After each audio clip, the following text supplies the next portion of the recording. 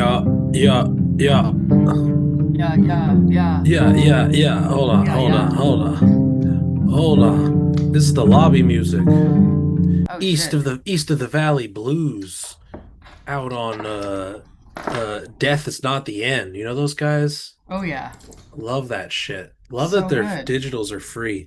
I know we're live right now and we technically have 7 minutes before we start, and I'll post about it on my stories or whatever, but just run a show real quick, then you can turn off your bike. You can also walk if you gotta walk the dog. We can start slightly later. It's fine. No, if it's gonna, well, I know Keith can be needy. would it be cool to start like in at like Seven 7:10? 7:10 is totally fine. Yeah. So what we'll do is just we'll start the I'll keep the stream open. We'll play the music, blah blah blah. We'll turn off our cameras and mics. When I start the thing, I'll do a little read off and then introduce you. We'll chat for like 15 and then we're just gonna go into the music and talk about it. If that's cool Absolutely with can't you. wait. Awesome. Cool. This really helps because I was in a meeting with Steve because Editrix is playing in France. Keith, thank you, Breath Play. France. En français. I don't know, but yeah. Keith's So like famous. Keith's incredibly famous. I mean, he's really hot. Like it just makes he's a hot dog. Like it's all good. Can't be helped. Can't be tamed. Nope. Hey, Keith, wait, I can make him say hi to the early bird. But yeah, I'm just gonna like take him out for a half second and then Totally fine. That's totally fine. Yeah, feel free to turn the cam and mic off. And look at then, him go. yeah, Keith. He's like, I hate it. Have you be normal? You wanna go outside? Goofy dude. All right, then we're gonna start. Anybody watching right now? We're starting in 15. So at 7:10, we Cool. will I'm be gonna back turn on all of here. all Yeah, my turn stuff off all the off. stuff off, and yeah, I'll see you in a bit. Bye.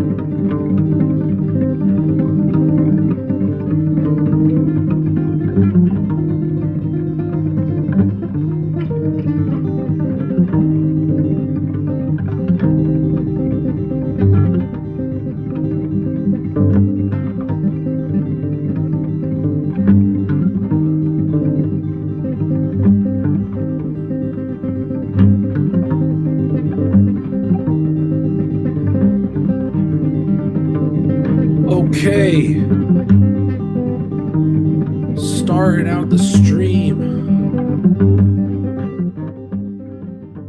East of the Valley Blues off of Death Is Not the End. Fantastic web label. Really, really cool field recording, folk sound systems, all that fun stuff. And we got Wendy Eisenberg. Hey, We what's up? got we got certified shredder, certified chiller, certified head, as we discussed on critical listening, how to be a head. We're not going to repeat the same interview at all. In fact, we're only going to discuss how do I get number one shredding God. That's actually what all this is about. I want to play some licks for you that I've been working on. Oh, sweet. I love licks. Hot licks. Never tell you about the guitar that my grandfather handed down to me that I'm not a guitarist and don't deserve. It's a like 1983 semi hollow body Gibson, and like all of my guitar friends are just like, "Fuck you, Max." Like, That's crazy. I just do some cool open D stuff with it sometimes, you know. I mean, that's definitely music. It sure is. It sure is. Hold on. Let me introduce what we're doing here. We get right into it because we it's always the deep homie action on these monthly projects. I bring in people I respect, people I'm friends with, people who I want to just, you know, I think I value their expertise, and I know that the people who, submit their works to these projects are absolutely thrilled to have you.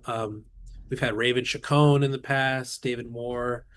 Um, yeah, this is the first time though that we've had just a songwriting prompt, and it's scarier than avant-garde tape music, apparently. But so welcome everyone. Group Critique Fight Club monthly project, April through May 2026. Fun time. Before we start, once again, shout outs to the support, the sponsors, Tape Trade. Wendy, we have a sponsor Oh for my God, this major. Congrats. on Mondays. Yeah, our good friends Tape Trade, which is what you're looking at here. It's a lossless and more ethical alternative to Dropbox. And it's a wonderful service for sending folks private playlists or public. Um, tapetrade.io.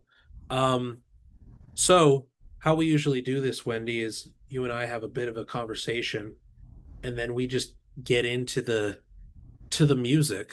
It's gonna be a wonderful, wonderful time. And I kind of want to actually, I said I wasn't going to repeat any questions that I said on the critical listening interview, but I think it's a good one to somewhat paraphrase and ask again here for the folks watching, which is you have so many different projects, you know? Um, and sometimes people ask me, like, do I put this all under my name, or do I make my metal project under one name and my techno thing under another? Um, and although you have bands that obviously have different names, your name, Wendy Eisenberg, isn't synonymous with just one sound. I mean, you're one person, but we know you as a free improviser, as a ensemble member for even straight ahead stuff, as well as a singer songwriter. So I'm wondering how you balance it all. How does this how do you find the energy to sustain all these different projects and across a wide variety, a spectrum of sound? I'm kind of like glad you're asking this again because I don't have any idea what I answered the first time. And I also feel like it's absolutely changed Yeah. because, well, because, you never know what's gonna take off or whatever. And so right now, I think before when I answered it, I probably was just like everything will like happen in its own time, and so you can kind of just embrace the fact that like when you're doing different things, they're just going to also like occupy their own register within the time you have on Earth. So like there's years when Editrix is like really firing, and then there's years like this year where it's like a little bit more about my solo songs. Sure. Um, but since the solo songs things has taken off so much, I've been like actually thinking so much about someone like Jim O'Rourke, who kind of functions similarly, Oh where it's like yeah, the there's goat. a like he's never like going under like a cool snazzy noise name. It's just Jim O'Rourke, which is like a really Uh-huh. good name. It Um, is. it's like a much better name than my name. My name is Jim. No. Less It's just, it's really, yeah, whatever. Less American. What do I mean? What do I mean? Ugh, We're you and I are from the Jewish Autonomous Oblast of Eastern Russia. We know this, right? we Everybody are, knows this. Everybody look up the JAO. That's that's where our yeah, we're touring. We're doing an artist residency. yeah. But it's been really tough. Actually, that like it's not like a like woe is me tiny violin thing that this record has done well, but it has made that question like a little bit closer to the forefront of like how actually can I do all these things, Right. and it's just like another thing about like settling into what you actually do is you just like I'm more interested in building a galaxy than just like making one perfect thing. And so like if you start to understand, like I like just going under my name because I like the fact that it's not exactly like reliable and that I can be the person who's antagonizing like whatever normal bill. Like, That's you know, true. That's true yeah. because I think I remember like I had seen you live a bunch, and I'm talking like probably a decade ago.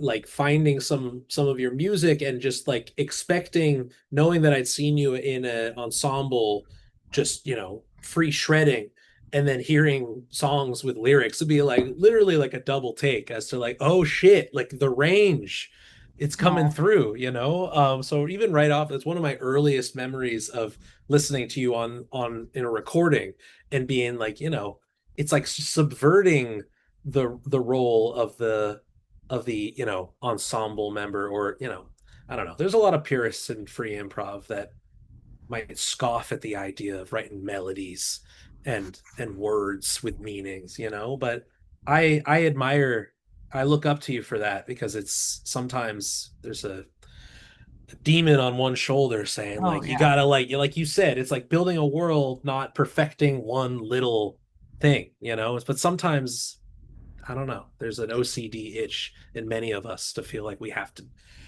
the shed only means blinders, one thing, right? Well, I think like if I could even give real advice, Yeah, imagine go. it would be like if you think it's important to you to have like psychic separation between projects, so it's like that like when you're stepping on stage as whoever, like then that's when you should do it. But like if you're more interested in being this like kind of gig antagonist or whatever, then it's like probably you don't want to stay as consistent and it's like at one point you're like bearing out some kind of philosophy. It's like actually a person can contain multitudes, which is like an old school thought, but like it's kind of hard to practice, especially as everybody's asked to do this kind of virtuosic labor.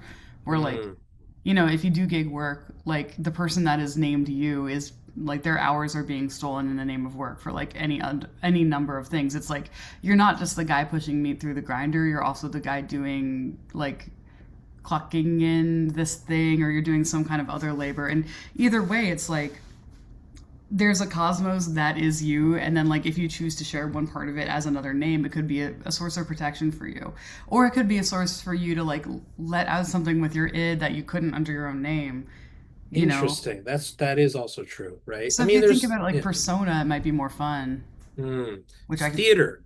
Yeah. It's theater in that way. It's method acting. I mean, I think there's a pragmatic view to that as well, right? Where it's like some heads might be purists and might not like my, I don't know, harsh noise wall project, or maybe like certain things need to be sequestered under certain aliases for the sake of like healthy separation. But I also agree that like the Jim O'Rourke archetype is just like you kind of don't know what you're going to get when that name is on something, and that's kind of a charm or a point at this point, or a reputation at least that has served him well. Um, but I Well, a like name that. could be, yeah, a name can be either this kind of persona thing or it could be just like a stamp of quality. Like we Hmm. think of Jim O'Rourke as like it was so deep for Sonic Youth to put him in the band or to have him be in the band for like a number of reasons, but one of them is that he's standing for, it's more than just that he musically is like himself, it's that like they as a band like somebody that's that effete and that's like interested in all of these other things, and it's like aligned with that element of their situation, not as much like other parts of their performativity. And so it's like it's the same way that like Hitachi makes like a vibrator, but it also makes like small vehicles or whatever. Like it's more like, Yo, yeah, like a brand we're doesn't have to going be there, like, y'all. We're going there. yeah, yeah. See, like oh, breath, play, hold. Yeah, Oh yeah, that's right. I have the chat showing to you too as well. Yeah, by all it's really means, awesome. Thank you for respond letting me. directly. Yes. Yeah, I mean, I really like that. Like, I write these secretly, like, I write other songs and I like to do other things. And, like, I really didn't expect this record or any of my records to just, like, go kind of bananas. And so, like, part of me has been thinking about those people too, where it's like, well, what if I wanted to make, like, a tape that sounds like industrial music and I don't want it to be my name because I'm tired of people saying my name to me? You know, Mm, then I could like come up with a sick name. And I also feel like that kind of like polyvalence when you like are going on their different names can be super liberating because you just, I mean, I'm repeating myself really. It's like you just get to be another character. And yeah. like I'm somebody who like gets tired of like whatever requirement it takes to be like Wendy, whatever that even means. And so like I feel some sort of psychic forbearance or something where I'm like, I don't want to live another day as this right now. I'm hot. Why can't I be this other person? But like I'm too lazy to have come up with like a name that I'm actually using, although I have like a pretty like stacked titles list and stuff like in my phone. Yeah. You got to have at least that or just the hypothetical band names that will never actually happen, those lists.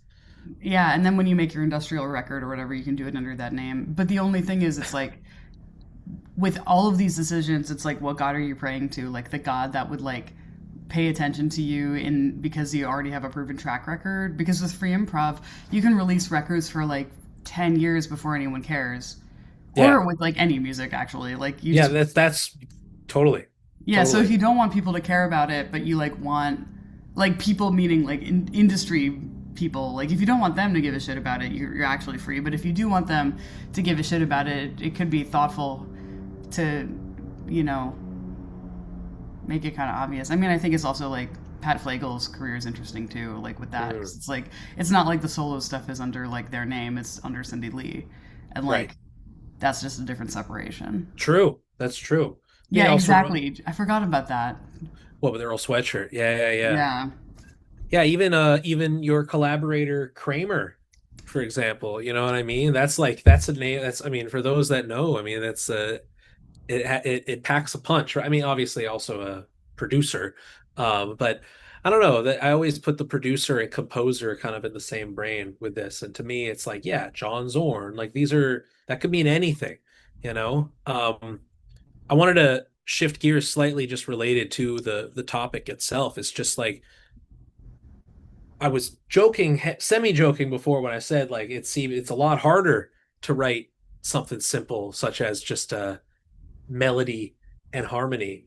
And I'm wondering like is there like a I don't know a mindset per se or like are you like when you want to write songs, yeah. what is the process for you as a someone who is a full-fledged improviser as well as composer and performer, especially when you're writing lyrical music, like is there theme that might drive the song before it exists instrumentally as compared to like more less conceptual or less thematic or lyrical instrumental music that you write? Because I'm assuming these songs have literal meanings as well as just the sonic, right? Yeah. Okay, there's a lot of, I feel like there's like a lot of sub questions in there. Hmm. I'm really enjoying that Yeah. whatever you're drinking is blurred out by your like blur function, and that distracted Oh, me also. I'm So sorry. it's It's like, drinking water. I I'm know, but it just sorry. looked like it was like raunchy or something. But okay, I'm thinking about it. Yeah, So like, sorry. I should have had it more succinct written down, but really, no, I just no, want to know about like the context behind lyrical or thematic music for you. Like, is yeah. there a an origin point for that process of composition as maybe compared to strictly instrumental stuff? I mean, they share the same origin for me. Like, I hope this doesn't sound too woo or something, but like, I'm always reaching for something I don't quite understand. And so if I'm writing a really good song, it's because I'm like pretty deep into some kind of like feeling that's like in my body. And this is happening when I'm writing stuff like with the guitar or like, I mean, I very rarely write on DAWs, but like when I've done it, it's still just like you have this something that's going on that's like bigger than your like is more than just something you'd want to say to somebody else directly, or Mm. maybe it's not, but it's just a feeling that seems incommensurate with something that you're normally living. And so when you tap it into that feeling enough and then improvise on whatever it is that you improvise on, you kind of get this sort of biofeedback thing where it's like you know if the thing you're playing is in the same mood that you're having.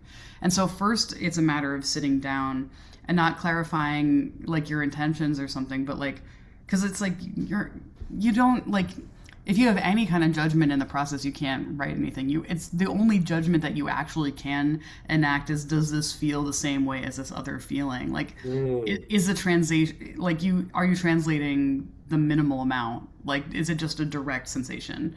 And then once this, Facts. yeah.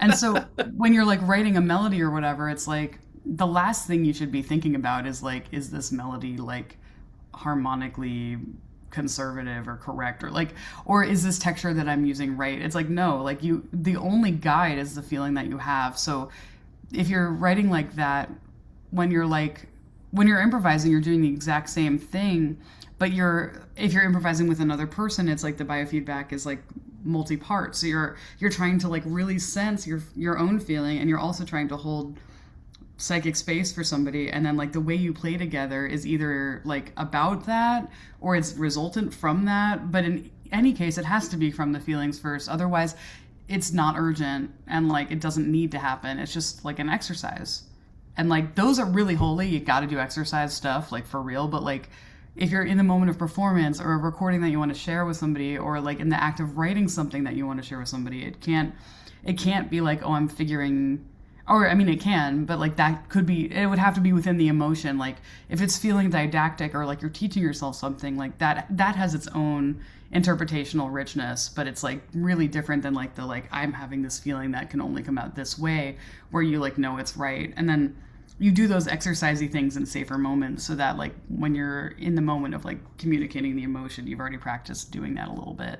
Right. It's like building up the arsenal for when you're finally ready to get vulnerable. You have your you have your tools of trade, you have your weapons able to express. I love this. This is yeah, we're recording all this by the way, and feel this is going to be used for the Wendy Eisenberg on composition master text that will come out in a decade, Christ between almighty. this and everything that you said on the critical listening episode, you're dropping bars. This is hot. This is fresh knowledge. You're a wonderful educator. I mean, you are an educator. So it's like, damn, like she's really good at hyping me up right now. I'm inspired. I'm like, I Oh wonder if that's good. because you're an educator, a wonderful communicator on this. Seriously. That means a lot to me because whenever I say it, I just sound like I'm like reeking of incense and just like, Nah, dog. Nah, we need this. Now is the time for. I mean, you know me. I'm very holistic in my approach to teaching composition. I think that's the only way. Is that the internet, especially, is such a toxic place for learning anonymously. yeah, And so it's a wonderful thing to just encourage people to get vulnerable, to tap into that feeling, and let the other, let the rules be not necessarily secondary, but not the thing informing this vulnerability. It's not yeah, urgent, like you said. I think that is underline that one right there. yeah. um Thank I you. think that's beautiful. All right, so I want to read to you just to remind everybody what the project is before we listen to it. In case anybody has forgotten, I'm just going to read it off one more time.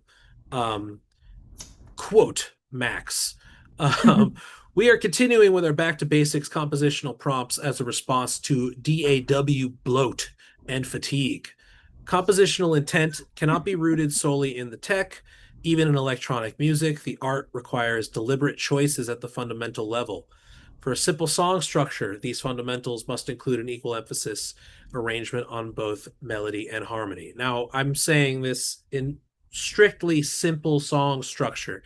Somebody's going to argue, hey, there's plenty of music that doesn't exist with melody and harmony. I understand, but not the music that we're writing today. Simple song structures. For this month's project, you are to tap into this bread and butter combo and keep it simple. Write a song in which you deliberately maintain a relationship between both melody and harmony. This should be expressed through a single monophonic instrument for melody and a single polyphonic instrument for harmony. There are no genre or instrument type constraints for this prompt, so as long as it includes this fundamental pair. And yada, yada, yada. We have Wendy Eisenberg. We already, you know it. We're here. You ready to listen? Let's get into this. We have 5 pieces. That's why I was saying it looks like this was a harder one, because sometimes we have like 15 submissions, but scary avant-garde electroacoustic music, not so scary after all, huh? But writing melody and harmony, suddenly we're fearing for our lives. No, but it is difficult. Okay, Breath Play up first. They write to us: in flexing my songwriting muscle for the first time in a bit, I looked to the folk punk scene that I'm hooked into in Boston. Wow. Okay. Ironic. Oh my God. The result is hardly 3 chords and the truth, but oh yeah, hardly 3 chords and the truth. But I drew on the simple elemental imagery, disarming frankness and emotions first delivery that you tend to hear in that type of music. I want to particularly shout out Lou Mace, my friend and a pillar of that community, who gave me some advice on how to start this song and is one of the most electric live performers I've seen in any genre. This also ended up being a fun challenge for my mixing skills, as it required micro editing of very intimate vocals. And Wendy, just so you know, Breathplay does mostly dub techno. So the Amazing. fact This that is they're talking about huge. this I'm very surprised. Breathplay has been here forever, and I have never talked about folk punk with them. Okay, let's Well, you listen gotta to have it. secrets. That's super cool. All right, let's get it.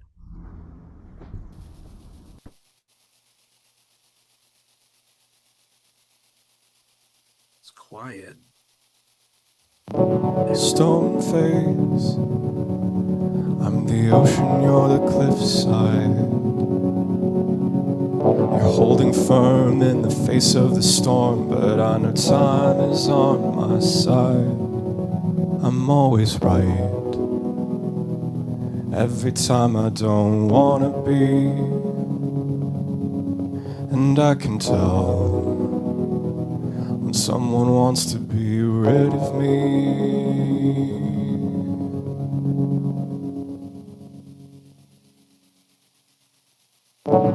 Heartbreak, I've got a right to be angry. $400 and I'm out on the street. You can't tell me I'm not betrayed. Once I'm safe, I'll be a mess over mistakes I made. But you'll be here, bending yourself into that same strange shape. Keep your world, I've got my own. Keep your island, I'm 100 depthless waters.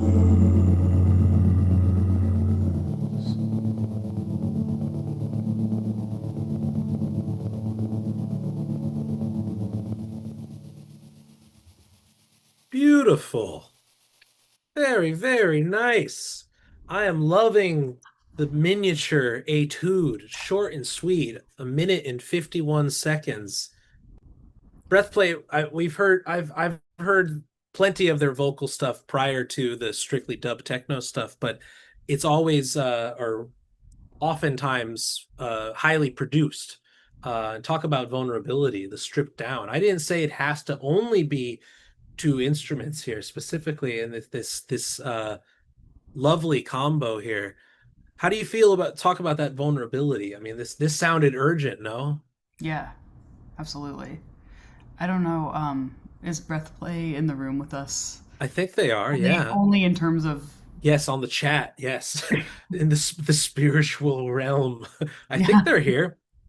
Yeah, speak to them directly. If not, they'll hear it. Okay, cool. Yeah, I had a feeling.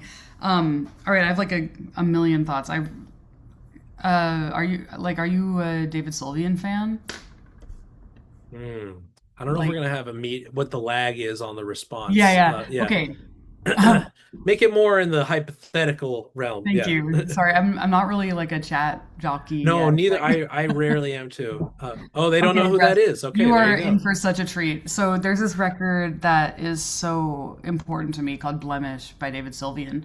And this feels like it could be like an outtake from that. And so the story with that record is he is a very like I can say this, we've had an email feud, which is hilarious. I don't think he likes me very much because I said that the album cover for this looks like deviant art. But and then he like sent me an album cover of mine. He's like, "Is it better than this?" And I was like, "Ouch!" But whatever. So that's the beef that we have. Aside from that, that record absolutely changed my life. And the thing that's so great about it is that it's him and Finesse, Oh yeah. and it's also got Derek Bailey on it. So I was hooked in by the Derek Bailey Whoa. thing. Um, but the songs are they feel like this, where it's like he's saying this like ultra intimate stuff, and he, like you, he has this gorgeous voice with this extreme low range, and so there's this sense of like I really feel it. It's kind of like I don't think you sound like Typo Negative at all, and also I'm this doesn't sound anything like folk punk, so nothing sounds like anything. Exactly, right. Exactly. Where the But inspiration hits. it's incredible. I mean, I think that like this is what I really mean when I talk about translation. Like, there's something about whatever genres that you're listening to, dub techno, folk punk, all interstices in between that are like reaching out and coming out in this simple way for you. But I bring him up because he is not married to conventional song form, but his songs are kind of like they reach this point where it almost feels like a normal song, but it's stripped down to its barest parts, which is how I feel about this song, which is great.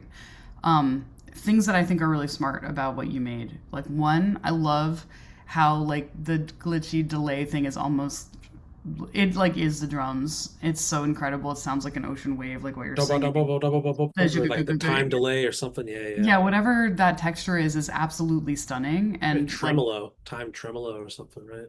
yeah, and it feels like a lot of people when they're like tasked with, hey, you should write a song, they go in like some sort of neutral genre that like isn't Eddie's song. Like it's just like, here's a song, like Happy Birthday or something, as if it's just piano and just voice and you're just like trying to write a song. But what's so great about this is you can hear your interest in it. You understand where you're coming from. And I think all the sounds are great. The synth sound is amazing. Your voice is genuinely so lovely. I think what it might benefit from is two things. Absolutely, it sounds like a dirty Leslie speaker, but a few things just came to mind. Like, one is the song really seems to be all about the words, and which I think are great. There's nothing wrong with them.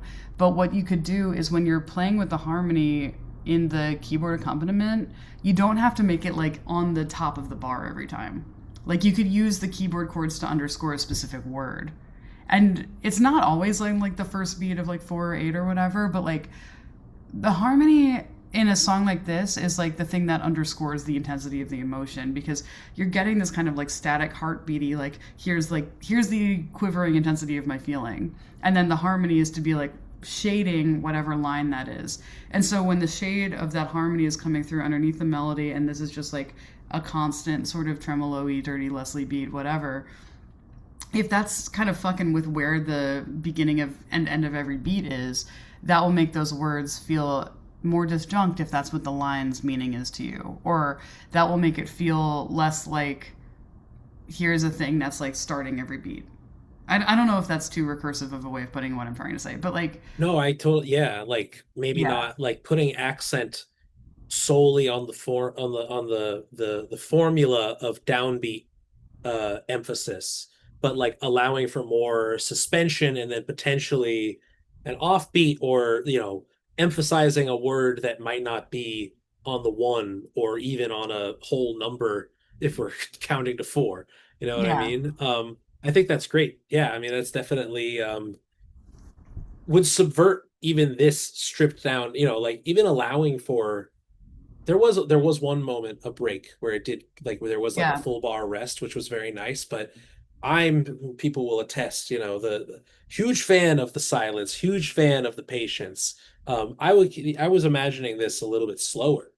I could I really mean, hear that. yeah, I yeah. could also hear with the speakers at the same thing, like whatever that amazing sounding thing that I keep talking about, that's at the same tempo, but the song could be absolutely different time than that. Like a Mm, good like if we're talking about Jim O'Rourke, like the second track off Camoufleur, where it's like there's a like a kind of like drone that's like shimmering above here, and it's like that texture, and then you hear like a keyboard, which is I think Grubbs coming in, that's like dong gong gong gong gong gong, and like that's a different kind of texture than the kind of shimmering above drones. So they're playing with the texture in one register, and then like something like the register is not the important part of the piano part. The point that's so nice about it is that it's getting away from the constant thing of, mm. which again, like I'm not so advanced at like recording in DAWs, so I don't really know if it's like harder to do or whatever. But I think if you're thinking about it like triggering a sample or whatever, it would just be like doing it in a different tempo. Yeah, just being off the grid. I mean, like that's the one thing that tremolo or time delay is that it is like ba ba ba ba ba ba ba ba ba ba ba ba ba ba Yeah. ba ba ba ba, and to just like subvert that expectation of tempo set by one effect by even just playing it, not, even just disregard the delay tempo for your own, like, Yeah, when or you automated play in it. a Yeah. way that's like against it. Like there's just so much that you can do because the bones of the song are just really, really lovely. And um, another thing that I was thinking about in it is like the harmony itself is really good, but I think that some of the vocal things are working like they're maybe arriving a little bit after, and I just think it could feel like towards the harmony that you played on the keyboard. And I think what you could do is you don't always have to have the harmony that you're singing agree with what's literally happening in the keys, but it just has to feel deliberate if it's not. And Mm. so if you're singing a melody and you want the melody to go someplace else than where it's going, and then the chords are so lovely you don't want to fuck with them either, like that actually is allowed. It just takes a specific kind of conviction that's like textural. So like if you want to sing a note that's not in the chord, which like you didn't really, it wasn't that you were singing out of key or anything. It was that like you would resolve and then maybe you would resolve towards the middle voice of the chord, Mm. and it wasn't so emphasized in the like just the voicing of the chord that you had. You could like double the voice where you're like resolving to above when you like just an octave above where you're like playing it. Like you just hit it an octave up so you can like see, or an octave down so you can really feel the resolution in two places, or you could just avoid it. But right now I feel like there's kind of a dialogue between like the melody is so strong that I think that if you just supported where it resolved more intentionally, it would be even cooler. And that would be a pretty natural way for you to get away from the like very gridded chords. Like it would be Mm. like hey, I'm gonna hold this one resolve down and then like double down on the note that I resolved to. So like nothing would have to change, but that would just be like either re-articulated or you just like wait a whole long time before the chords echoed the fact that you're resolving to a certain place. And I think that will also like talk about like, driving home the emotional or even like narrative element of this. It's like these moments, it's really what we're talking, it's not just texture, but it's like tension, like moments of intentional dissonance or something suspended that started consonant and becomes dissonant or vice versa. I think it could be just like a that much more of a driving point at moments that it really matters lyrically or things that should be emphasized over others. Yeah. Amazing. Well, I don't want to. I want to. Can I We got to say move on. Yeah, one more. I Go, know go, we have go, to go. move Yeah, on, but a really brief thing is this song feels kind of through composed to me. So I think that like one thing that would make it feel more songy, if that's an interest to you, doesn't have to be that way. But just advice for other songs is just you can repeat anything. sure. Like I think what I wanted, my like lizard brain who loves like I don't even know T Rex, like my T Rex brain is just like I want Bang a to, gong.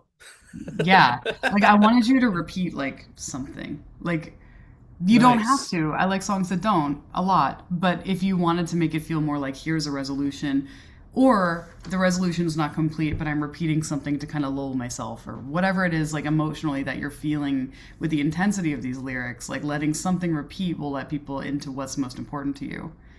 And Nice. I think it would feel really good. So that's all I wanted to add. Letting stuff repeat allows what was it? It allows people to know what's most important to you. Allows people to know what's most Because I don't important to repeat you. a lot of choruses, Write you it know. down. And it's like it's hard to remember that you can do that, especially when you're first starting out, because you're just like, actually, no, this is everything I mean. But like sometimes you actually mean something enough the first time you say it, and then you just want to say it again to be like, Woo! everything I said between those things is driving the point home that I know this truth that is my now chorus or whatever. I hope that makes sense. But I love this. I really hope you keep Mic writing drop. songs like this. You're gonna keep dropping mics this entire time. It's gonna be I have only dents in the one. I don't floor. want to. This is my only one near Yeah, me, I and was I don't gonna want to say drop you're it. gonna damage the mic. You keep dropping it. My beautiful ribbon. Oh All right. man, I love it. Thank beautiful, you so much for beautiful. showing me that. That's awesome. Oh man, one Yeah. out of five. We're just getting started, Wendy. We Yeah. have up next Maya, who has submitted something for us. Since I'm a pop musician, every other day of the year, I use this monthly project to practice my skills of composition because I am actively working on an indie development video game, and I'm responsible for the sound design and Uh-huh. music. It was the first time composing something completely off the computer or guitar and voice, my safe zone. Um, and just sitting at my upright piano in my home studio slash bedroom, LOL, with my focus on the notes and arrangement only. So I sort of wrote my first ever piano piece, and the little sections that came up as I worked through the initial musical idea got some silly little names when I went to organize the labels on Ableton. You can see those names here. My very first. I'm not gonna share that screen right now. To do the bulk of the composition and idea generation work, I set up a mic above the piano, hooked up to a looper pedal, and started trying some stuff out. That way I could free my hands and just focus on either harmony or melody. Okay, so talk about repeating stuff, actually creating loops on a upright piano.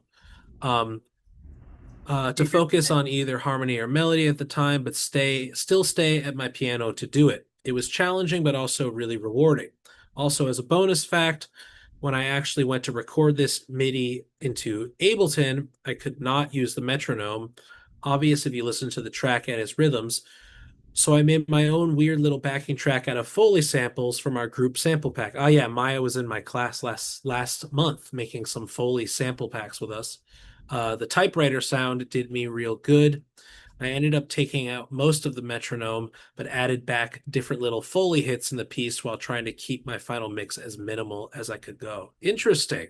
Cool. So rather than using a click, creating your own small tempo sort of indicator with some interesting sounds. Okay, let's check this out. Monster Mischief from Maya. MMM. Let's go.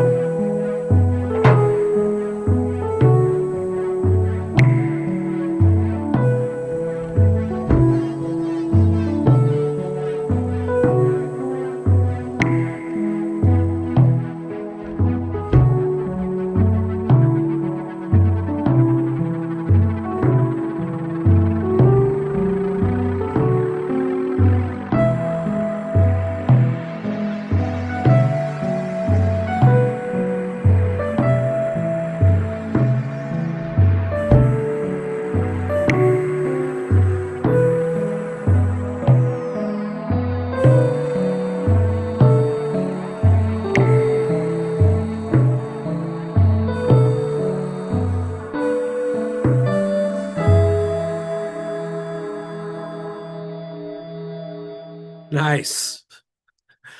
Why didn't we need it? Why couldn't we do a click track on this? Not that it was really necessary on this, but this was just in three. Was that was what I was confused about that. It was perfectly in tempo. No, I mean Monster Mischief is a good title for this. And imagining this specifically as a side scroller video game, obviously thinking, I don't know, it brings a certain nostalgia to the format. I don't know if you're a gamer, Wendy. But the side You scroller can tell me how the to do side that. scroller, it's the classic Mario or Sonic, like you're looking, it's not a 3D first person or anything like that. So it tends to have a I wouldn't say like childlike, but a nostalgia quality to it, even as a format for this. But I haven't seen any of the visuals from the game. Maya's told us about this in other group critiques about the game itself, but we haven't. I don't know what any of the characters look like, so I can only speculate here. Okay, so it's exploring a new area. Okay, so this is opening up. Wendy, have you had any experience in media scoring in the past? When I've done it, it's been like mostly free improvisation type, Like like watching the screen and just jamming to it? crunchy stoner activity type shit. Though who knows, maybe one day I'll be legitimate. But no, but I do see all the stuff that you're saying, like from my very, very limited frame of reference to it. And And it's pixel art, so it's like intentionally low fidelity, looks like old school video games, like yeah, the ones I had mentioned. So it is quite literally like playing with the same tropes, even though it's a contemporary that's design awesome. meant to Yeah. look old school like that. I mean, first of all, iconic. Like you, that's just a great way to think about time, time being fidelity. It's Mm. perfect. Um, not to again be so stoner activity, but yeah, I would like to live in the world that you created with this song. Like personally, you are all so much braver than me who use looper machines. I am not very coordinated except for like from the wrist down, and so like whenever I'm like tapping that shit, like I am afraid of the way that quantization will fuck me. I'm afraid of like all of these. I just enjoy a specific type of manual control. So like Mm. it's very bold and awesome to see you write this way. I think that the piece is really good and it sounds like exactly what you were going for. It's hard for me to like think about what I could really mess with it, except for like I really loved when you were playing with the like LFO thing or whatever. Like Yeah. it was like all this. I mean, it's just like so sunken chest. I think one thing that could be really cool is thinking about like the range of the melody, and I think that maybe this is something I don't know about like game aesthetic things, where it's like when I've like overheard people playing games or like seen people in my life do it or whatever, like it seems like the melodies want to live usually in like one area, but one way that could be really distinct is to have like this melody start out lower on the keyboard. Like Mm. or like if you're in a different place and it's introducing a new zone and the zone has some kind of thematic resonance, and this is like a way that I've approached kind of like free improvising scores or whatever. um re-registering the melody is like really a big deal. Like make it really low if you're in a place that feels like lower, like make it really high and faster. Like I think I refer constantly to the like fugal techniques of like you can stretch the theme of the fugue out and that's called stretto and it makes it longer, or you could like make it really shorter and condensed. So if it's like boom boom ba-dum, ba, like sort of like that. Sorry for the wrong key, but I can't really sing the key right now. Not having only It's heard it low. once. It's it's low and slow. But like if you're doing you could do like if it's like the beats like boom, da, da, da, dum. There's another version of something where it could be dum, dum, dum, dum, dum, like faster. Like Hmm. or it could be like only parts of it, so you just have that first interval boom boom, but either way, like the melody as you move through the game or whatever, or the world that you just set up with this piece, you're kind of like fracturing the melody in all these kind of classic ways. So then like you're still in the spirit of that kind of primordial, I want to say, for no reason, like Sure. this like first melody, but it becomes like the melody is like the source, like the melody is like the thesis statement, and then The everything. motif, yeah. Yeah, classic shit, classic Shankarian stuff. Absolutely. And you're actually tapping into like very real technique of video game music composition without Yeah. even realizing it, because tempo often, especially in these old school games, like often relates to like, I don't know, the intensity or the like, boop, you got a level up thing. It's like we're gonna speed up, we're gonna up the ante for this Yeah. one part of the thing like that. Or even if it's just melody as Totally. It motif. does. You know Yeah. what I mean? Yeah, showing you the stakes. Exactly, Maya. That's Maya, by the way, stay-at-home cousin in the chat. I had a feeling. I'm so curious about this. So the what you're talking about here, because video game music has to be uh repetitive by comparison, by virtue of it being like I'm going to play this level for as long as it takes for me to beat it, right? Yeah. So at a certain point, there does have to be a point where we go back to zero. You know what I mean? Yeah. Versus a film score, it can be entirely linear, just end of scene, and it's fixed media, and that's it. This is interactive media, right? Totally. So it's about finding creative ways to keep it within the repetitive framework, but also like indicate something has changed, right? Yeah. So this idea of just moving the melody up an octave and having it just solo as like a moment of like, I don't know, you're just about to like face the boss. There's anticipation. We're only hearing the right hand and it's twice as fast, or it's in a lower octave or something. Right. Just I'm just reiterating what you said, but it's actually like you're talking ball knowledge right now. Ball. Like this is like you're this is actually how you write motifs for interactive media, is thinking about doing a lot with the same materials, to create that familiarity. I do think like I mean I think that's great. It's nice to hear I know ball on something that I fully 1,000,000,000% actually don't. But like I mean on just a strictly like technically melodic tip, I think that like more melodies that you write can imply harmony. Because like this one is implying like when it goes down, but then you have this like little turnaround that's like almost implying a secondary harmony, and then it goes back, and it's so nice. But for me, when I hear those moments of almost secondary harmony, it's like when you're. I wish I could like timestamp it. I wish I once again had any control, but alas, like if you I don't know where exactly it is, but it's like I think it's at the end of the phrase. Those could be transition points that are interesting. So like they could be towards maybe like that's going up to the secondary dominant, which it kind of didn't sound like it was, but it kind of almost did sound like it was. And then that's tonicizing a new key, which would be the new world. So you keep looping it, and then like the secondary dominant doesn't resolve to like the actual tonic you used to be in. It just takes you to the new world. And so I think like for me, I was having this discussion with Mari last night, who's my partner and better half in every way. And we were like, I don't know. She listens for texture first, and I listen for harmony first. And it's like a really rough dynamic for me because the entire world is now geared towards texture and not harmony. And I'm like this fuddy duddy, like, character in a Thomas Bernard book, just like total shut in, who's just like, well, why isn't it going there? Or like, why isn't it going there? And it's like, because I went to jazz school and was like emotionally abused, blah, blah, blah. It doesn't matter.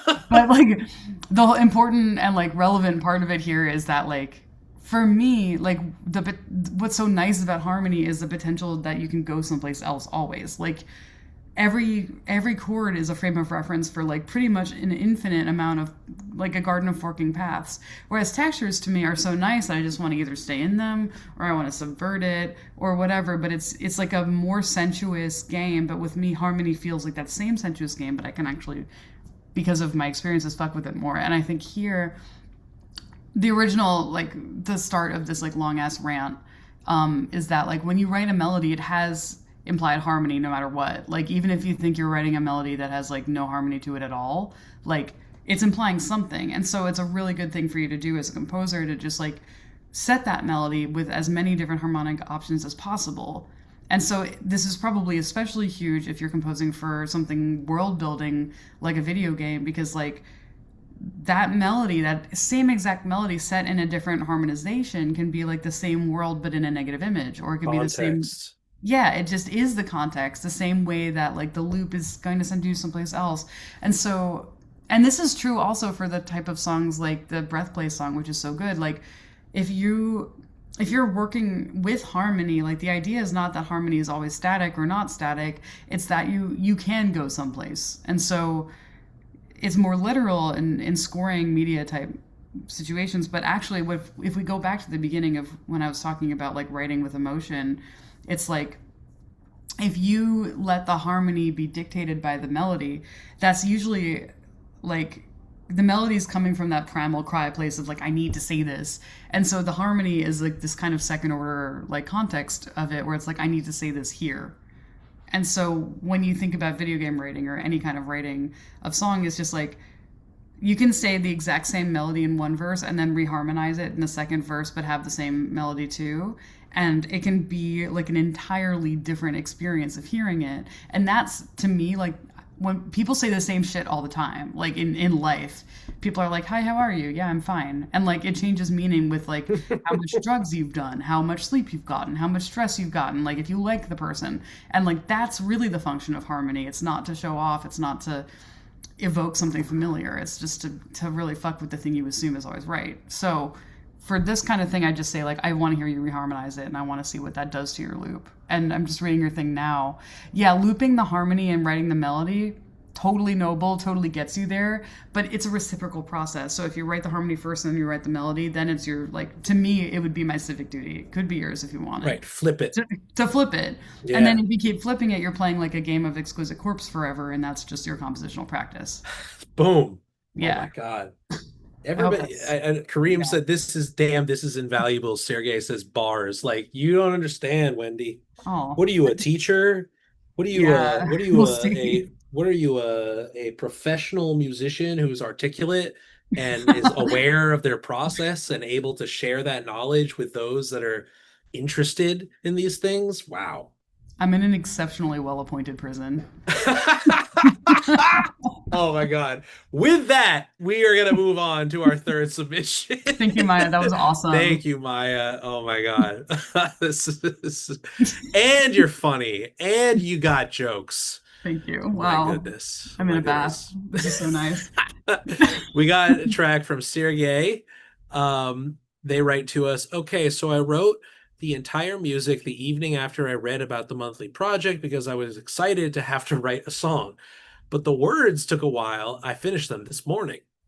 Congrats. There you go. Tried to do it in a jazzy, delicate manner, and it would always sound too hesitant and problematic with regards to tempo or pitch, as if it were going to fall apart at every moment. So I did it in a more reckless fashion, strumming with a pick and also transposing it up half a step with a capo that opened up my voice more. Still figuring out how to sing. I'm not good at it, so it took a lot of takes and a bit of editing. At this stage, it is listenable. Still very excited for you peeps to hear it. Hey, no shame in comping your vocal recordings. Seriously. We all People do are it. assholes about everyone's voice unless it's like, who even fucking knows? Like, whose voice does everybody like? Really? Like, also all the best, I don't know, what's a David Berman line? Like, all my favorite singers can't sing. Come on. Right. Yeah. I was gonna Yeah. say Mariah Carey, but you know. Oh yeah, that's true. Some people actually are, but like that's like 1 in a fucking billion. So Yeah, that's come true. on. That's true. We can't touch. All right. Here's Sergey's track. Let's go. Thank you. Yeah.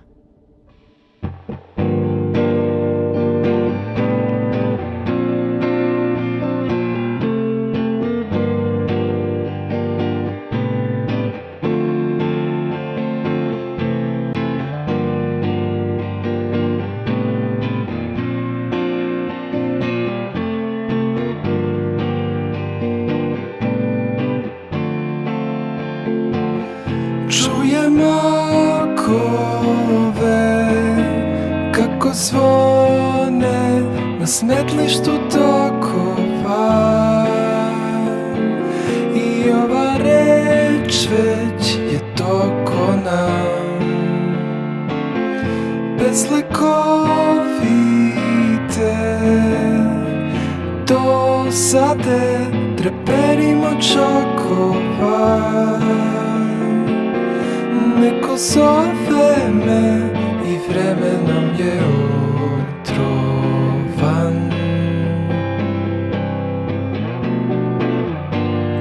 Ne prati svaki trak, ne uz Zoholi se mrak, lezi na znak. Ne motri svoju dob, i svako kopno je kop za neodlučnog. Volju spomenem, iščezne, govor je zlokopan. Zorom lovim se, pokretam. Odgovori se, svako koristan, samo je pokoran.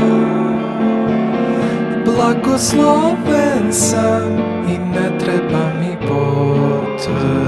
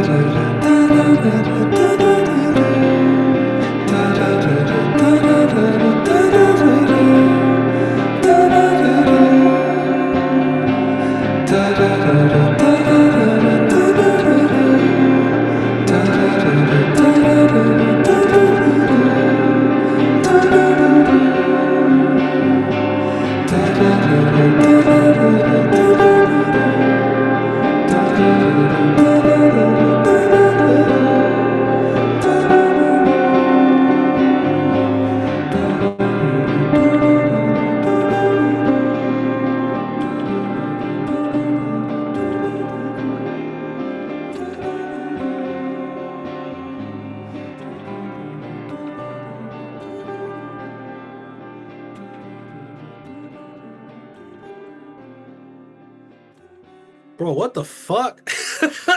Like cooked in a lab for me. Are you kidding me? It's fucking Yo, amazing. Sergey, what is Wow. going on, dog?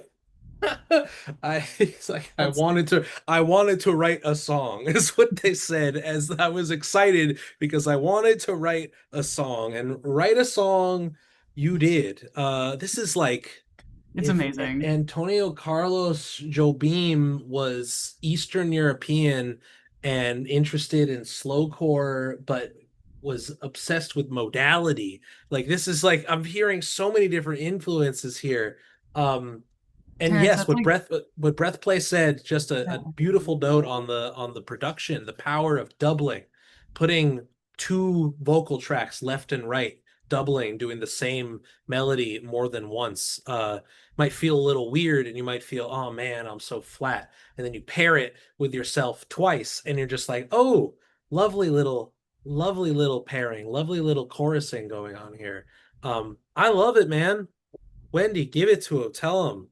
I mean, it's just like, first of all, there's something that Terrence said in the chat that's like so beautiful to me about the fade being like about like you make something a fade out when you want it to feel like a place you can return to. Mm. That's just like true incidental perfect poetry. I'm just like absolutely floored, incredible. Yeah. Um, yeah, that's amazing. I mean, like, it's really hard for me to give some sort of critique that's like, it would be, you should do this with your writing. Cause, like, I don't really know.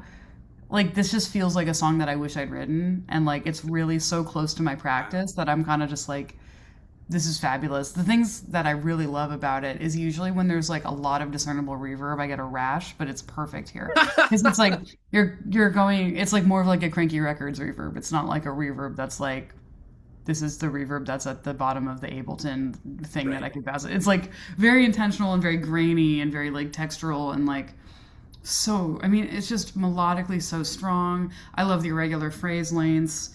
Yeah. Um yeah, the harmony is like just truly ridiculously good. I think the vocals doubled is great. I also have a feeling that if you didn't double them at some point, like if you make like a whole record of songs like that, like just tell me because I want to hear it. But like, what like if you did it where it wasn't doubled, being out of tune is not bad here. Like you're this to me For feels sure. very like and you're first of all you're not out of tune.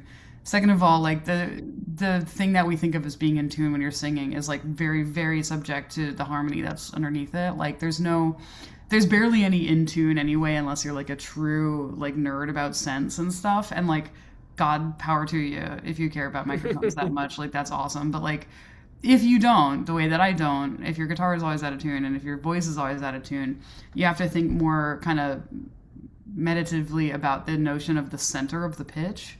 And the center of the pitch is as much a psychic space as it is like an actual, like the pitch is on, it's like dead on, like in terms of just sense. So like, phew, I guess. Oh, I was just mic dropping myself, which is really corny. No, Sorry. man, it's so yeah. I mean, but like you said, we're on some stoner wooey shit, but it's so true. I just keep wanting to say facts to everything. I'm But sorry. like stoners are often right because stoners are in the realm of the senses. You know what I mean? Like that's the thing. Like people are like getting stoned not because they're like, or some of them are getting stoned to just not feel stuff, but most of them are getting stoned because it's like a way to relax and feel things more deeply. And so like the Mm. stoner wisdom is chill. That said, I don't know if you're a stoner, if this is relevant to you at all, but what I really mean is like your voice has a really pleasant tone naturally. It's very conversational. It's really lovely. And so like hearing it like unguarded like that would be great just to see because you know what like all composition is figuring out the parameters that you're interested in that moment. So like if you're intrigued by the parameter of like doubling, if you're like it means a lot to me that I can pan these things and so the melody takes like it's like in the hold between those two zones. Like if that's what's meaningful to you, then there's that entire space within it that you can then explore. And so if you keep one texture the whole time, it's like great, that's not the parameter you're interested in right now. This other thing might be, you know. But whenever you hear a sound, it's proposing that like you can do another thing with a similar sound or you can do the opposite thing then that sound or whatever, you know. But either way, like every sound is a proposition. And so, like, I'm focusing on the doubling here because it is so referential. And even if the song sounds nothing like Elliott Smith, we're going to think about him because that's like our frame of reference for doubling. Whereas his was the Beatles, you know, for Mm. doubling or whatever else doubling thing. And so, dude, okay, amazing breath play, me too. But like, and I also love Sergey. Like, this is so fucking good. But when I'm thinking about this, like with this song, it's so perfect. I love that there's no drums. I love that it sounds like 1996 and 2026. Like there's just like I was gonna something say, yeah. super timeless. And like I wonder if that timelessness comes from the fact that all of the decisions feel very personal. Like none of the stuff that you're doing seems received except for maybe some of the production things. And received things, like when I say received, I mean like inherited from somebody else's practice or you were influenced to do something like that. It's not a bad thing at all. But it's like it's coming from a specific world the way you're recording, and that's another parameter that you can deal with compositionally if you want to. But like what's so great about this is that it feels like this is a song, I don't know you yet. This is a song that only you could write with only your tastes. And even though it is in a tradition of kind of more conventional songwriting, like the reason it feels timeless is because it feels like I couldn't have written it, or like Max couldn't have written it, or Elliott Smith couldn't have written it. It could only have been you. And like that's what we're always going for. That's the urgency that we're talking about. It's specificity. It's really great. I'm Can so only be obsessed. you. It can only be you. Oh my goodness. This is the knowledge. The knowledge is off the charts. The knowledge we're the machine, the knowledge machine is broken. The knowledge intake machine has been broken because it's off the charts. I don't I even know don't what that know. means. I don't know to what extent Sergey was even familiar with your work, Wendy, but like this felt so spiritually aligned. Oh my God, Like yeah. seriously, like if this is happenstance and this is just what's going on in Sergey's head today, or I mean today, yeah, they finished the yeah. Okay, so you are familiar. Okay, just checking. Because this is It's flawless. truly an alignment here. Yeah, I'm And obsessed. Send me anything you want to. I just think so. I mean, it's just amazing songwriting. It's exactly what I value. It's like just for me. Thank you. And Sergey, if you wouldn't mind letting us know, I mean, like lyrical translation, just Please, because yeah. I do like a little more context on that, just to ground it in something beyond the strictly sonic. But it really carries itself quite a bit, even without having any idea what you're saying, man. Um, Dude, totally. It sounds so much like Chris Weissman, who I like. Tell yeah, that's how I feel like I like learned how to write songs from. Like when I heard him when I was like hatching out of jazz school, angry and alive and stuff, I would just like, oh, this guy is singing about like Kurt Rosenwinkel and stuff. Like this guy is singing about the shit that like I now no longer feel this connection with.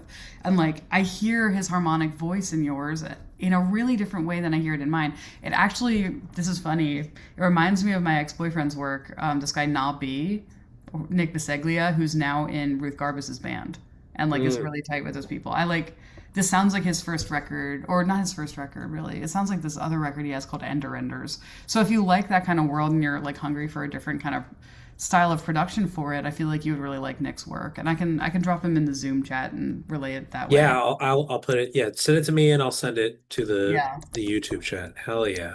It's That's only I think on Bandcamp. sick. Sick. Let me put yeah, yeah, yeah. Amazing. Thank you, Sergey. Really beautiful stuff. All right, we have two more to Yay. get to today. And then it's Nixon 4. Um, Terrence with Alter Alter. Amazing They've name. they've written for us here. Brief notes on the process. Guitar and vocals are not my compositional wheelhouse. I'm usually more of an instrumentals guy, but wanted to give it a try since Wendy Eisenberg is in the house. Recorded both parts together with a single mic. Could have saved myself the work of 12 or 20 takes by recording the parts separately, question mark? Yeah, probably, but it's too late now. Anyways, threw a bit of noise removal, de-esser, and a touch of reverb to finish it up. For harmony, after trying like 4 different chord progressions that resisted confinement to one key, I remembered the point of this exercise and went for tonally simple and direct. Okay. For the words, I got a bunch of different lyrical content from things I had heard recently that struck me deep. The first lyric refers to something Julian Pratt, the lead singer of Show Me the Body, said in a recent interview about dealing with loss. I got the song name and the second bit of lyrical content from a living room salon I attended where we played a version of the game Exquisite Corpse, but with poetry instead of drawing, and got some very cool results. You were just talking about Exquisite Corpse, weren't you, Wendy? Um, Oh you yeah. you name dropped it. Overall, I think it came out okay, but the process was a good reminder of just how much room for improvement I have in lyrical and vocal writing. Don't we all, buddy? All right. Terrence, Just yeah. as a heads up, I'm gonna switch up the lighting while I'm listening to this. So I'm gonna turn off my Okay. video for a second, but I am listening. All right. All Yeah. right. I trust you. Let's go.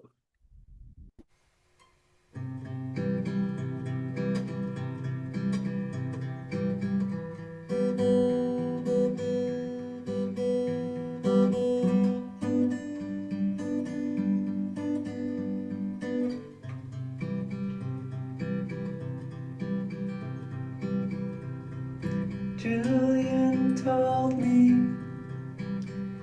when you lose a friend, part of you dies to make room to be more like them.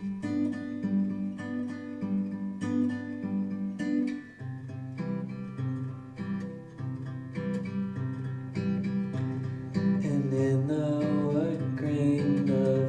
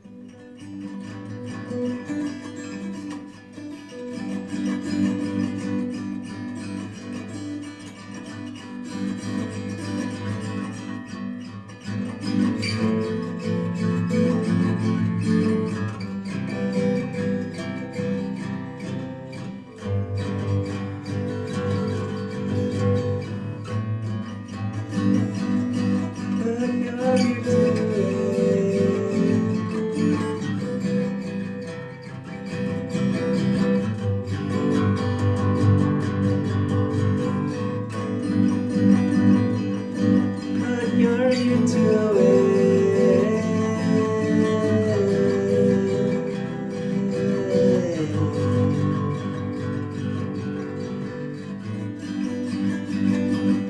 What you're doing? Hear the ocean.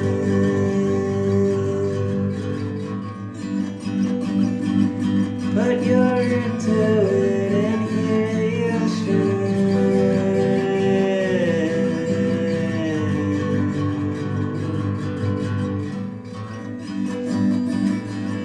But you're into it and hear the ocean.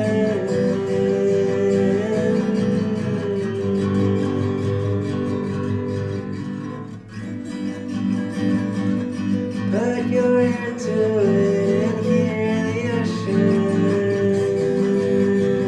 call you home.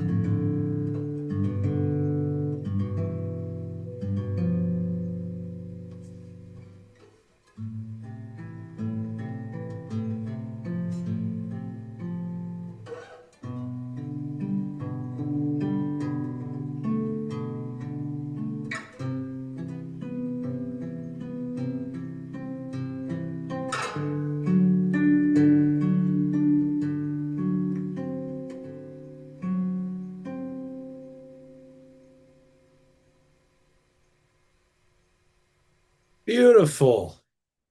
Very, very nice. Stunning. We're just getting it's Just banger just after hits, banger. banger after banger. Oh man. And yes, I love the discourse going on in the chat right now. Breathplay saying something this fluid yeah, so Kareem started saying, love the result of recording them together, such a lovely way to make sure that the emotional performance of the piece is less muddied by the recording process. Yeah, and uh, straight up bringing me to early Animal Collective Campfire songs, as well as that first Panda Bear record of just solo guitar, like semi-verbal solo guitar and voice tracks. That's like purely expressionism. It's purely or rather impressionism. Like something that a click track just would be the antithesis for what we need on something like this. Like purely about that crescendo and the decrescendos at moments of real emotional urgency, like you said. My only thought is just that it felt like we were kind of getting into it. We're getting comfortable with it in the first minute or so, in the first quarter, and by the second half, we were fully comfortable with ourselves. And I feel like maybe it was just singing too low. I don't know. This is a vocal thing more than anything else, but like some of the first verse or phrasing, we went the lowest we go in the entire song, and that also felt like the least confident as far as delivery goes, or maybe like the most self-aware. And I'm wondering if just letting it loose up high is the move here. I mean, I personally, as a singer, find myself reaching, straining, but it doesn't matter about accuracy because it's the moment calls for it in a higher octave. And I'm curious your thoughts on Yeah. I'm also curious about that. I want to respond really that. briefly about this thing that you were talking about squeaks, and I actually think that like loving the guitar and recording it, especially as room in the room as you did, you just gotta love squeaks. Yeah, I Yeah. mean, you're not a like You're not going for like an animals as leaders type thing. Like you're playing like a song that you wrote. Like you want it to like if it's a super clean performance and it's gorgeous and you're a human being making it, why wouldn't there be squeaks? Like although like if you really are curious about economy of movement on the neck, there's still gonna be fucking squeaks. My God. I mean we play guitar. We're not we're not pressing buttons. It's like so much holier, but not not throwing not starting an argument. But in terms of just like vocal delivery and range and stuff, like a lot of people are really mean about voices. Just like I was saying earlier, it's Right. I think you have a lovely situation. Oh my God, that's a great joke. Um, that's really So wow. Cinebazzi style rendition of this track, yeah. For Yeah, like the yeah, it that's would the be animals as leaders, guys, right? That's that freak yeah, guitarist, right? and it's like that's good, but you know that's like I don't know. Maybe it's just because of the shit that I liked was always like Keith Rowe, like or I like Yeah. I mean, even Bill Frisell is like ultra clean, but he's playing the guitar. Like it's a semiotic thing. I talk about it way too much, but it's like I don't know, do you like when I'm just thinking about too many things about guitar right now. It's like it's a curse and stuff. And also Well, huge we had like two in a row, really I making you know. think about it, you know? Well, it's just huge. I mean, I think like when you write on the guitar, yeah. The incidental sounds are yeah, you should stop worrying and love the bomb. Okay, so the thing that this like really reminded me of is those really early Dirty Projectors records, like when he's like Sure. alone.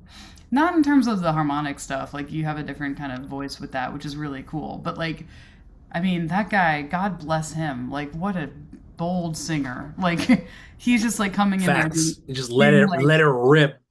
and it's been really hard for it's hard for everybody with singing because it lays bare when you're singing to somebody that isn't like a lover or your dog or something, you're singing with the effect that somebody can hear your voice as one of the like parts of the Keith raised his composition. head when you say dog. Dog? He's so good. Um yeah, dude, okay, I can totally hear that. Like it's really like I don't know, graceful fallen mango era.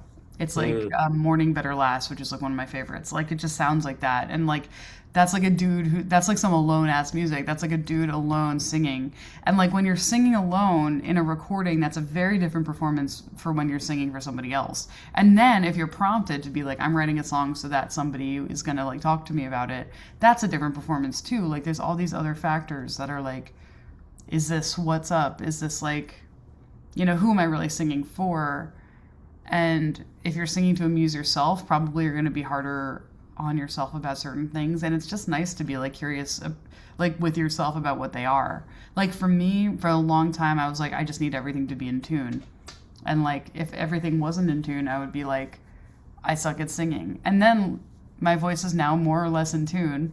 And people are on the internet are like on Rate Your Music saying that I sound like Dot Wiggins, but worse, which is a compliment, but also just so fucking mean. And it's Come like on, man.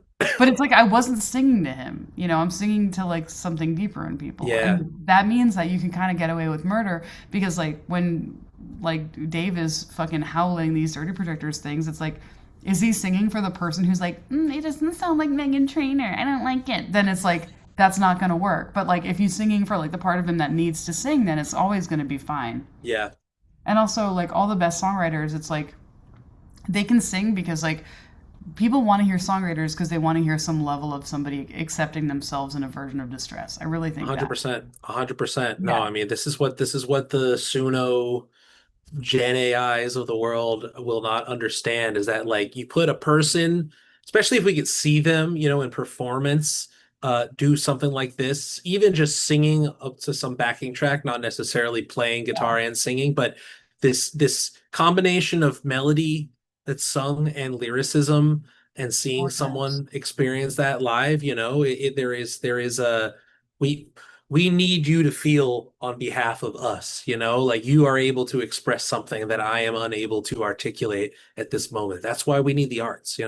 And there's something about when you're really singing low that captures that vulnerability that I really liked. I do Mm, think that you could play with your range more because it's fun, honestly. yeah, But yeah. yeah, no, That's exactly it. Or like the Kim Gordon version of that being like people want to see somebody get up there and believe in themselves or whatever. Yeah, I love that. Um, yeah, but it's like songwriting is not for like the emotionally normal. You know what I mean? And so if you're singing like you're emotionally normal as a songwriter, you're promoting a version of emotional normalcy that probably just like because you're a songwriter, it doesn't exist for you. So you're Right. lying. And you don't want to Yeah. fucking lie to anybody. That's my like completely fucked up logic about it. Now, as for the song, which I feel like we've talked a little bit less about the song itself and more about your vocal and guitar stuff. Song is lovely. I love your voicings. I love the way that everything sits and falls together. I love that it feels like it's multiple situations. Yeah. Well, the thing is, the first two Coldplay records are fucking amazing. Yeah, I was gonna say Rush of Blood to the Head is not bad. Unimpeachable. I mean, but the thing is, it's like, broken clocks. But True. like, I totally feel you. I write my melodies because I feel them, and then I don't remember, or like when I'm doing it, I'm like, I can't sing that all the time. Or like if I'm writing it with a weird tuning, I'm like, fuck. And like I kind of am in this mood where I want to start singing all my songs really low for some reasons. Who knows why? And like so when you're writing, like you can't always plan to write for all the versions of your voice that exist. You're just writing for the part of you that feels something then.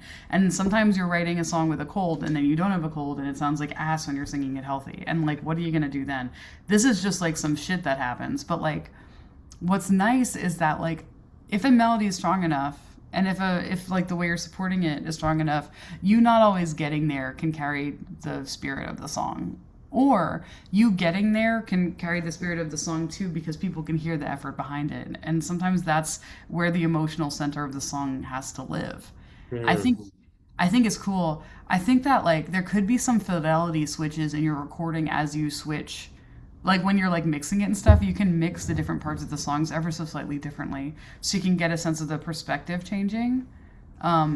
And just like use the, because we can all hear the room of that recording, but if you kind of like alter the treatment of the room, like if you're like playing with like what it sounds like in the foreground or whatever differently for like Yeah, I one was gonna section say of the song. distance, something like Yeah. proximity, you know? Yeah, like it's kind of like again like Maya's thing, like you're trying to create a world even if you're not writing music for other media. It's like you're every song is like a world that you can enter into, and so you can mix different parts of a song differently, or you can like, to me a song like this with this many parts in it, it feels like it's queuing up. um I'm not sure how I can say this, but it feels like it's going from like room to room or something, and so like you can mix it that way, or like it's different sections of like one specific emotion even if it's the same like song. And you can go all like this heat about it and like drop the demo in there, or like you can like do all sorts of stuff just to make it feel like those different times that you were writing these different melodies can like actually be heard in the so-called final process, product. I can't even say that word obviously, but I like it. I really like where you're going. I love that I can hear the dirty projectors in it. And I think that like if you sing the low thing as if it's funny, it will always, if you sing, this is a tip. If you're singing the part of the thing that you feel like you can't sing, if you sing it in a funny way, usually you can actually sing it normal afterward. So if you're like singing really low and you're like, I can't do it, and then you like do it like the like I can't do it. Like usually what that does is just like, this is a tip. This can like it can like warm you up. Like if you make jokes at your own expense, you're actually gaining a skill. Not like in a like, you know, do you know what I mean? Like Yeah. there's something at the end of every bit, like a pot of gold at the end of every rainbow. Like that's telling you something important. Yeah, that's actually a good point, Terrence. Like, learning this from Tim Heidecker specifically. That there is and we said it before, this is theater, right? Yeah, Like this is like, and it's like ultimately like actors do the same thing with these like sorts of warm-ups and be like say the most ridiculous version of the line before then saying the line. You know what I mean? totally. This is it's to me it like makes it that all the more believable. It's the confidence I want here. It's not even necessarily a changing of range. It's the like, yes, like doubling down in the low range, even if you're feeling uncomfortable with it, but like laying into it almost comedically, like you said. This is so much Yeah, there's so so much many So much fun happening in there. I really like wish I could do it. I love joking with my hands. I mean, you're giving wonderful, seriously wonderful advice, and this is I will give you the transcript for this if you do want to be John Cage about it. And this is a lecture. This is a lecture that we can print out and put on a wall and Dude, sell as an art object. You I just know? feel like I should tell you, I've been like really, really depressed like the past couple weeks, and like I like tried reading Silence, and I was like, I love this man. This is it's so wrong to read right now. Yeah.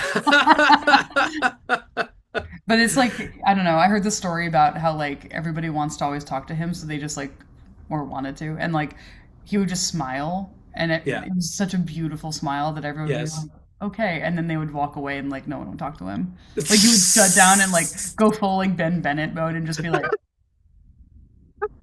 Yo, John Cage going non-verbal at the party. Come on, man. he's on with shrooms you've never even seen Yeah. before. Like, Yo, that's facts. yeah, that That's is. facts right there. He's out Anyway, foraging. Terrence, I love this. I think this is super good. I'm really excited to see what else you make and like I don't know. This is a great way to spend my night. I was like nervous about looking at Zoom, but I'm stoked. No, no, no, no. We're so chill here, dude. We It's got true one though. more. We got one more, and then it's Nixon 4. Bing bang boom. Thank you, What's Terrence. Nixon for? Nixon 4 means Oh, Knicks. we already have 3 games. We already have 3 wins, and if we win one more tonight, the fourth, then we win the conference for the first time in over almost 3 decades. Um, That's crazy. and Let's then we go. go to the finals. And then if they win the finals, we have to stay home. It's gonna be a nuclear bomb going off in New York City. Oh man, it's gonna hit Yeah, me all the way up in Hudson Valley. Oh man, the aftershocks are gonna hit. Um, you just feel one really angry bump. Oh, thank you yes, so much, Terrence. thank you, Terrence. That's All just right, all of that's so sweet. last submission for the evening is from Jesse. Jesse writes, my submission, Walk Away. If I make this part of a Bandcamp release, it would need a few more tweaks and mixing. Originally, I was going to keep this strictly minimal with just one harmonic voice and one melodic voice, but over the course of sharing drafts, I added a bass line and more nuanced mixing and sound design. Some background, I don't normally make a lot of tonal and consonant focused music, especially with more active melody. If I weren't trying to make something for an assignment, I'd likely have stuck with the harmonic voice and really just lean into the sound design to make an ambient piece. My musical education has been scattered, focusing on things I find interesting and often overlooking the fundamentals. Autodidact for life. This led to a lot of tedious trial and error that could have been avoided. That said, I'm happy where I landed melodically. Trial and error is good though. We learn things when we learn things, you know? Um, let us get this track up. Walk Away by Jesse. Let's hit it.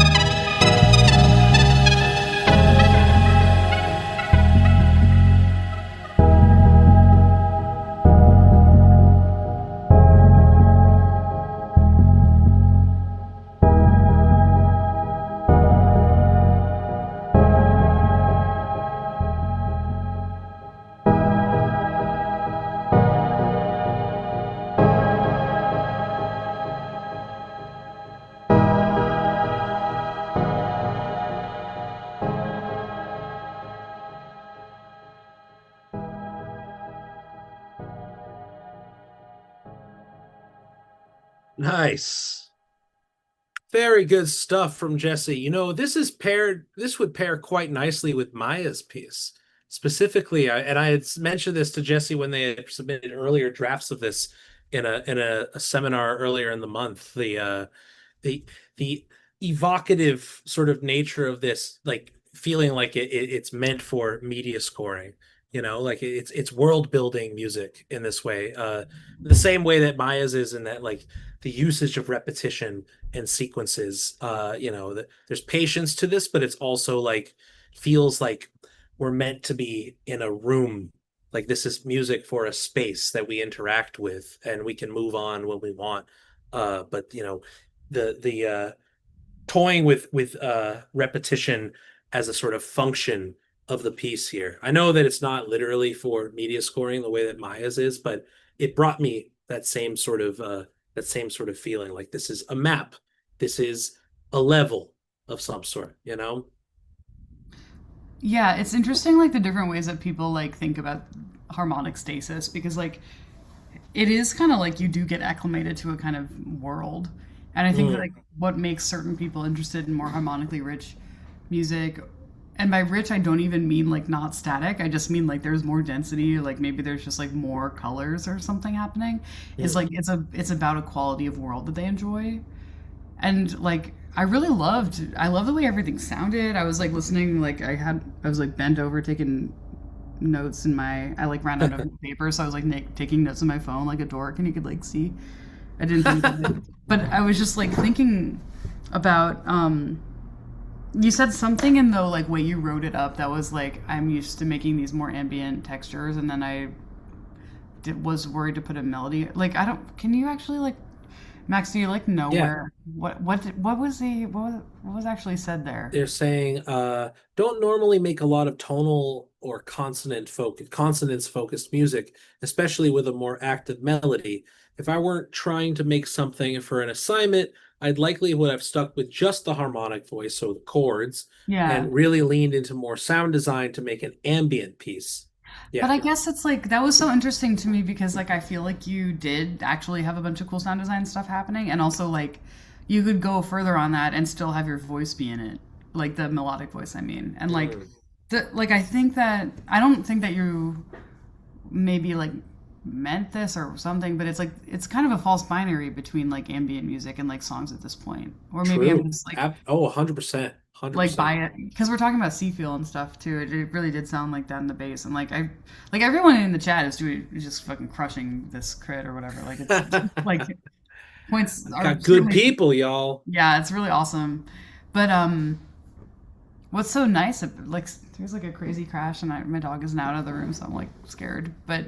Um, but in general, it's like a piece that repeats like this is like what everyone wants. Like this is like really so the thing. And then if you just like had like a gently auto-tuned voice over it and then like a violin thing and like some other glitch shit, you'd have like basically like I don't know 1/8 of the output of my partner. Like it's just like Yeah, no, facts. This is definitely on its way to Maurice territory. totally. And like when I talk to Mari about this stuff, it's like she's not thinking about like first of all she hates like ambient Americana as like a name. She also hates like emo ambient. Like just any kind of like genre delimiter is like Cursed with Texan heritage.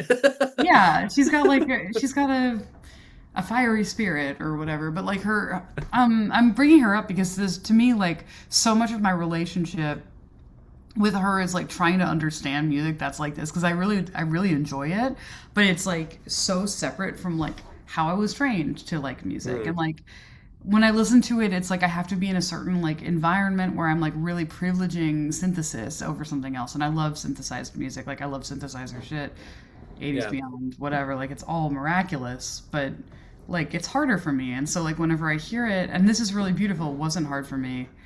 But yeah, it becomes the shorthand, but I just to me it's really important to like sit with the things that we use as shorthand because like it's like the another version of the at the end of the bit is what we really mean type thing. And look, when I'm depressed I read psychoanalysis, of course I'm going to be talking about like everything you say is going to mean something else than what Dear you God. yeah, it's I'm again a really lushly appointed prison, but like when I'm thinking about this stuff, like when I'm thinking about your song, it's like I could actually just hear like somebody talking over it, but not like in like an ambient outro way, but in a like tricky way or something, where it's like Hmm. this is where like a melody that's like half relevant to the thing could come in. Like the melody that you had was really, really nice. It kind of reminded me of those interludes on the do you know about this record, the Lily Konigsberg and Andrea Chiavelli split record? No, no, I know It's Lily Konigsberg though. Yeah, there's a split record that she made in like 2017 with this guy Andrea, who's a great recording engineer in New York who I work with a lot. And the record's called Good Time Now, and the songs are perfect. But they also do these like kind of national anthems. They call them. It's like Lily's national anthem sounds like one thing, and then like Andrea sounds like another, and then they have these like Mm. kind of instrumental songs and stuff. And this sounded like one of the ambient interlude blah blah blah things there. But what I liked is the build and like Mm. I don't know. I've also been listening to a shitload of dubs, so part of me when I was listening to this was like, where is that one thing gonna go away? Like, Yeah, like literally just the subtraction. Like talk about like the development of texture through simple tools, but also like emphasis on subtraction and then a drop, like bringing it back, right? The yeah. prestige. I think there's something about this that's reminding me of the breath play thing where it's just like I really the song I mean, not like the breath play thing, like your whole thing, because I don't know you that well yet. Um but like when I was listening to that, I was thinking like I really want there to be some sense of like a thing is being emphasized. And it's because like like one of the original things about songs, like one of the reasons for writing songs, besides parlaying history into the world or whatever, like ongoing a tradition, blah blah blah, is like you're singing to like get somebody to feel the way that you do or the way that you wish that they might. Like Mm. you sing a lullaby to a baby because you want them to feel peace. You sing like a love song to somebody because you want them to love you. Oh yeah, I'll type it in by like I'll type it to Max, but Yeah, in please. general, like we write songs because we want to communicate something to somebody, and because then you're kind of presupposing that you're singing to a baby in some way, like you're singing to like a blank thing that wants to hear you, which is like not actually true, but like sometimes we write that way. Subtraction is really helpful at like driving the point home because it's like babies have object permanence and they're just like issues, they're just like, oh fuck, Yeah. that's on, so I guess that meant something to me. Or Yo, like when the bass goes away, you're like, and then it comes back and you're like, and so the like, simplicity of subtraction. yeah. And I think that that's what I was wanting for this, especially on a song called Walk Away. Like there's this sense of like, I know that all these things are really beautiful, but what happens when I'm left with only three of them? Or like, Yeah. and then that to me, like subtraction really is like such an elegant way to create form. And sometimes form is created because the harmony is taking you to some place. Sometimes the form is literally only in the lyrics. But for me, my favorite stuff these days is when like something vanishes and I'm just left with its absence, and I'm just like, holy shit, like that's like first of all, I don't ever think about it in terms of like the composer has power and then they're taking that thing away. It's like not so disgusting as that, but it is genuinely like viscerally surprising when a texture that you've gotten used to vanishes. And I think that like for me with this piece, one thing, and it also seems like you've shared it with people like here a bunch, which is awesome. But like if you think about what's the most important thing of any given like minute of this piece, trying to like set up, yeah, exactly. Everyone's gonna learn endlessly. Um, if you think about what's like the most important thing for this section of the song, like whatever section of the song it is, and take away the thing that's most supportive to it, then you can hear it in a new context and do something else with another part of the song. Or the return of that like element that you took away feels so much heavier because like everybody wants something that they miss to come back. I mean, that's why we miss it. So Yeah. whenever like you really do have to think about songs as these entities like a house you build or something, which is so corny, but like it's true. Like you're trying to parlay an emotional experience that's incredibly personal to you, and that actually, unlike most emotional experiences you have in the world, you do have some sort of like signatory control over. Like they hold signs and then you can control when they come in and when they come out. And so it's like your job to at once be like really, really faithful to that first perception of like, oh, this is what's important. let's support it the whole way, and to know when you can actually drop it and when like that freedom is necessary. And that's why we listen to music, is like to figure out like those kind of like places it's effective, and then you can kind of crib that from somebody. It's like you steal it literally. Or like I know that when I'm listening to like King Tubby or whatever, and I hear like something that he's doing, like I don't make music like that, but I can try to find some analog that matches with my taste level and the things that I'm able to physically do on my instruments that like can do the same signatory function. 100%. Yeah. This is I love that you brought up dub with this, because it really is like the most revolutionary music of the late 20th century. You know what I mean? It's just like as a framework for Yeah. composition that can be applied to any number of, I mean, obviously electronic music, like it's like the foundation for like in a pop centric way of Oh yeah. electronic music. But even just what you're talking about here, like the greater philosophical implications of starting with like a large, block of clay, and the engineer, such as King Tubby, utilizing the sculpture of subtraction in order to, obviously create your own aesthetic here too. But then, like, when they decide to bring it all back, it is that much more of a powerful sort of, I guess, marker. Um, and obviously, the usage of the mixer as instrument, and Yeah. that goes for anybody making electronic music here. It's like ride the levels, or use the console as the final say. That's you conducting your orchestra, Totally. that could use some of that here, I think. Like that, yeah, the loss. I want to experience loss in this, But also, so if your tendency is to make a wall, you know, like you have a few options. You can like keep making walls, but then if you have like ultimate density, and this is something I really love about like grouper distortion, Hmm. is that like there's a wall and then the song is happening within the wall. Yeah. So it's like the textural wall, like it's not about subtraction, it's more about like there's something scooped out for the song to like take some presence, and then the wall remains, but like your eye is driven to the most important part of it. Hmm. So like that's more like if you keep making walls, maybe you just like walls. That's great. Maybe you don't subtract. But what you can do is like scoop out one section of the wall for like the slightly dissonant, not dissonant, but dissident, like the little tiny thing that Yeah. changes it up to like exist in there so that you're drawn to it. And that's like, I mean, Phil Spector is rough, but like he comes whenever anyone's talking about like a wall of sound. Unfortunately, it has to be brought up sometimes. Yeah, and I mean like that's a wall, and the reason it works is because it feels like it's beamed from a place where like you can only beam wall-sized things. Like Yeah. it's like here I am in like the vision of like the sci-fi 50s or whatever, and it's like fuck, okay, but I can still hear that there's something within the wall, or like Hmm. the wall is the thing that has the, yeah, exactly. Like I mean it sucks. I love Mark Kozelek, you know what I Regrettably, you mean? Like gotta hand it to him. Yeah, right. Another good example, problematic faves. I Uh, shouldn't, but I do. I mean, like, and it sucks, and it's also just like we're here in the chat, we can hang out with that. But like, you post it, cancel me, whatever. My I will tiny be posting careers. this. Unfortunately, this is a Yeah, public platform.